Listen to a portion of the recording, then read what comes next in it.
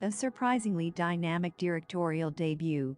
A film centered around a meeting between four people in a church room may not be something that arouses your interest. However, despite the low-key setting and talky nature of Fran Kranz's directorial debut, the film is surprisingly dynamic. Sure, there are no action sequences, but on an emotional level, this is a real gut punch of a production. It takes place years after a violent act at a high school that took the lives of several children. The exact nature of the tragic event isn't revealed immediately. Instead, we find ourselves introduced to two sets of parents, Birney and Ann Dowd, alongside Jason Isaacs and Martha Plimpton, who get together for a sit-down meeting at an Episcopalian church. They are polite with one another at first, but as they sit down to talk, we learn more about why they have come to share the room with one another. As conversations take place, we learn that they are all grieving for their children. However, two are held to blame for what happened on the fateful school day when the act of atrocity took place. It later transpires that one of their children is the perpetrator of the murders. Going into the film, it's important that you prepare yourself for the difficult journey these characters go through in the space of a couple of hours.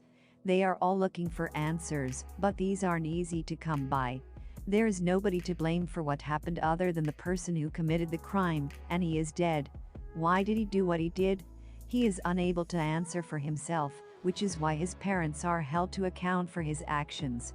In truth, America's gun problems and the failings of the mental health system are the bigger culprits, but for the parents whose son was killed, it's easier to focus attention on his parents.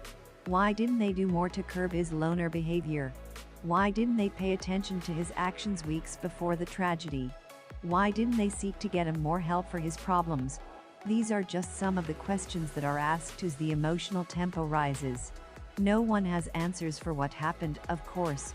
They are all trying to come to terms with what happened, and the process has been traumatic for every one of them. The loss of a child is something that no one should have to go through, even when the child is guilty of monstrous behavior.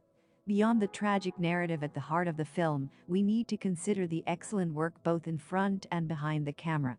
All four actors excel in their roles, with career-best performances as they exhibit the emotional reactions of their characters. The fact that they have to act within very long takes is also an achievement, and I can only assume that they had to go through many hours of rehearsal to perfect everything they were called upon to do. Kudos need to be given to the director too. Kranz, previously known for his acting work in such films as The Cabin in the Woods, shows real talent here as he captures the building tensions that occur within the room. The camera is placed on each character at just the right moment, capturing every ounce of emotion that each actor displays. My only issue with the film is the resolution of the meeting. The two sets of parents are at loggerheads throughout most of the film's run, but as the emotions settle, the interaction takes a turn that is expected, but not entirely earned. Of course, it might be that I need to rewatch the film as this might change my opinion.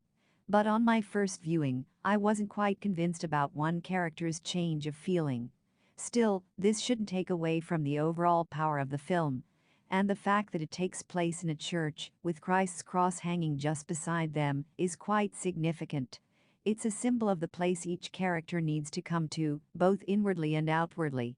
Be prepared to have a box of tissues at the ready, because like the grieving parents meeting in that private church room, you are going to